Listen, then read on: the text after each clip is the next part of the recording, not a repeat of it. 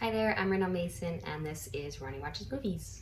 So as promised in my last video where I ranked every single Ryan Gosling movie, today I'm going to be defending The Gray Man because I love this movie and the rest of the internet doesn't seem to agree with me. I was actually doing a bit of research while I was writing this script to see if there were kind of any other points out there that I wanted to touch on, and I ended up finding a video that Amanda the Jedi did on this movie, which is really weird because I actually watch Amanda, so I don't know why it hadn't come across my radar before.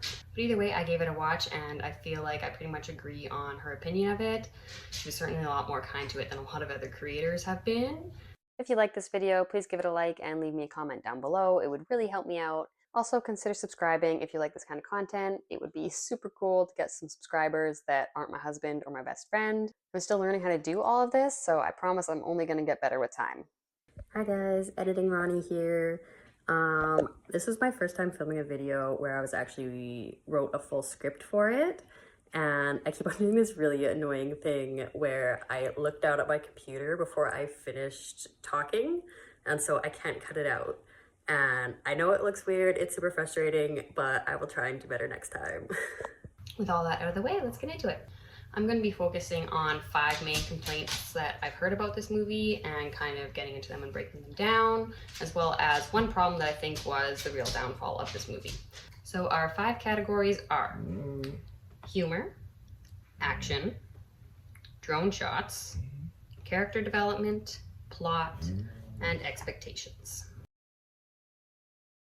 I think a lot of people are starting to have this sort of knee-jerk reaction to humor in movies that aren't comedies, especially if it's sarcasm because of the Marvel movies. Personally, I like humor in pretty much all movies as long as it follows some basic rules, and the humor in this movie was right up my alley. How I usually judge if humor is helping a movie or hindering it is with 2 questions. 1, does it make sense? And 2, how does it interact with the more serious aspects of the film? So let's break down question 1 in relation to The Gray Man. There are mainly 2 characters in the film who are humorous, being Six and Lloyd. So does their humor make sense for their characters? Starting with Six, I think his humor makes perfect sense for his character. Six has had a very difficult life and he's been in prison since a young age. It's pretty common for people to use humor as a defense mechanism in order to not seem vulnerable. I also think that Six's brand of humor is really important. He has a really dry and blunt sense of humor. He's glib, as the movie puts it. I get it, you're glib. And this is the front that he presents to the world in order to make it seem like he doesn't care, when in reality he is actually a deeply caring and very protective man who desires connection. I'm not going to get quite as in-depth on Lloyd's character, but I think that everything from the way Lloyd dresses to the way he acts is perfectly in line with his sense of humor. Lloyd's sense of humor is much more flamboyant when compared with Six, but that's what makes their scenes together so much fun to watch. So yes, I do believe that the humor in this movie makes sense for the characters. Let's look at question number 2. How does the humor interact with the more serious aspects of the film? For this question, I'm going to be looking at one scene that I think perfectly applies to what I'm talking about, and that's the scene where Six finds out that Lloyd has taken Claire. In this scene, Six is his usual dry, quippy self while on the phone with Fitz, even though he has just survived attempted murder and falling out of an airplane without a parachute. But when he finds out that Claire has been taken, the movie takes care to show us that this is serious for him. He pretends that the call is breaking up so that he can take a moment to collect himself, and we get a quick flashback of one of his memories of Claire so that we can understand that she's important to him before we even see them interact on screen. Once Six has taken a moment, he resumes the call and ends up bickering with Lloyd. So what this scene does really well is handling both comedy and the introduction of a more serious plot point for our main character. Yes, there is humor, both Six and Lloyd are making quips, but the humor never plows over that more serious plot point. The movie even takes a very brief but important moment to let the audience know that this is serious for Six. Claire being taken is never treated like a joke by the film. It is always allowed to exist as its own high-stakes plot point without being diminished by the film's humor. So I really enjoy the humor in this film. Like I said, it's right up my alley, and it fits my criteria to not be a hindrance to the film but actually make it more enjoyable in my opinion.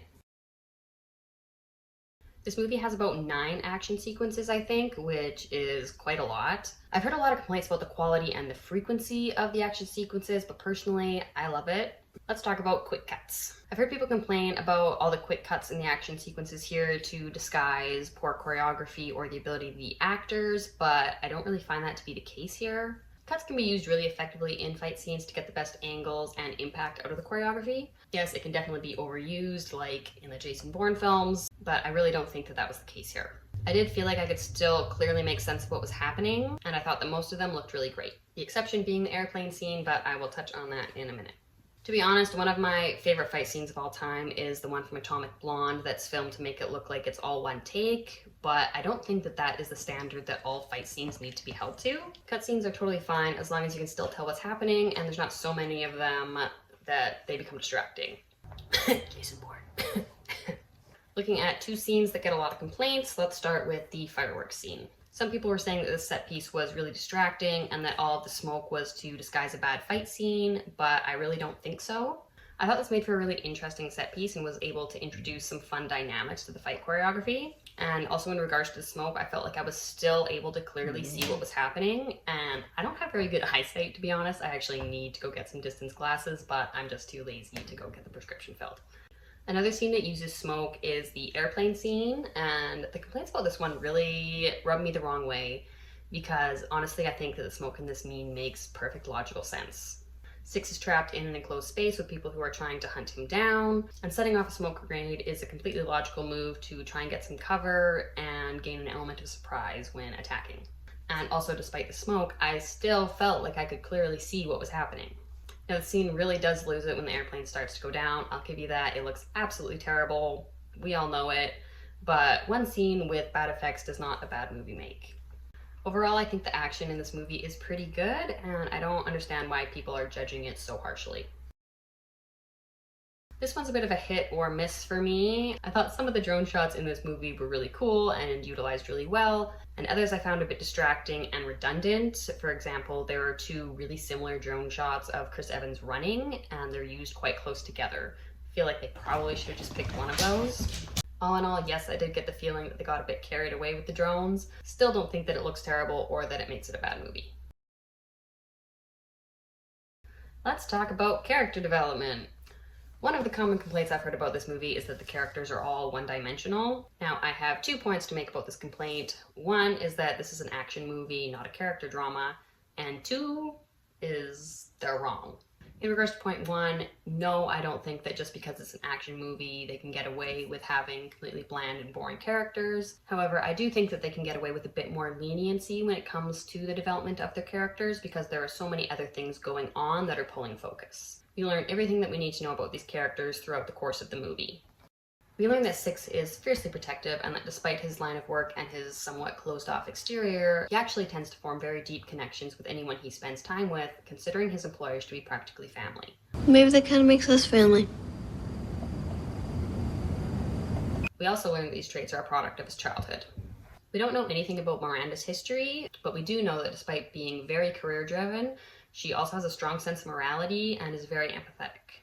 The point is that though this movie doesn't specifically focus on the development of its characters, because it's not that kind of movie, that doesn't mean that the characters are all one-dimensional. There are some characters that don't get a whole lot of focus, but those are the characters that we don't care so much about, and I don't really want to spend a lot of time learning about them. I also got the feeling that some characters, such as Jessica Henwick as Suzanne, are pretty much there just to be introduced, and they're going to be doing more with them in the next movie. Chris Evans as Lloyd is an absolute blast. I loved seeing Ryan Gosling and Ana de Armas in another movie together. Thought all their characters were super fun to watch and were developed enough for the story that is being told. I feel like this quote left by the Gen Math on Amanda the Jedi's video perfectly sums up how I feel about the plot of this movie. I know it's cliche and everything we've seen before, but I enjoyed the hell out of the Grey Man. Loved Six and Claire's relationship, loved Chris Evans hamming it up, and the action scenes were pretty good. The point is, the plot of this movie isn't anything groundbreaking, and I don't really care. Yes, we've seen every plot point in this movie in another spy movie somewhere.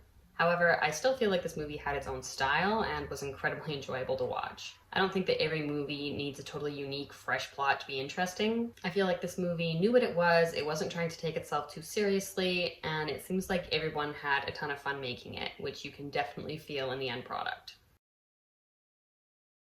Moving on to what I think the secret killer of this movie was, people's expectations. I don't know why, but it seems like a lot of people who went into this movie were expecting something else. I'm not sure if it's because of Ryan Gosling's track record picking really powerful, emotionally demanding roles. I mean, I love those kinds of Ryan Gosling movies, but I'm still able to appreciate this movie for what it is. I just feel like the expectations for this movie were way off. I've seen people compare it to other sort of government espionage movies like the Jason Bourne series and complain that it falls short, when I feel like these movies aren't even really in the same category. Sharing a common plot thread does not mean that other aspects of the movie are going to be similar at all. These movies feel completely different, and that's a good thing.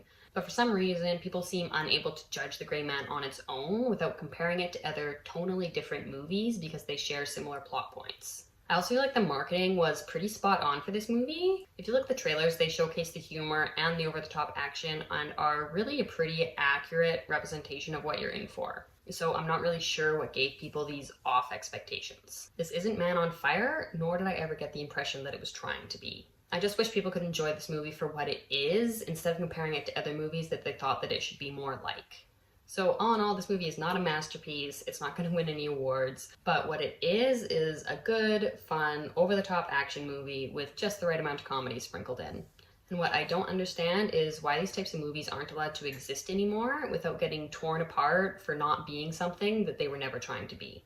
Anyways, that's going to do it for today's video. If you've seen The Gray Man, let me know what side of the fence you're on in the comments. And just another reminder to like this video if you enjoyed it, and consider subscribing if you're into this kind of content. Thanks for watching, and I'll see you all next time.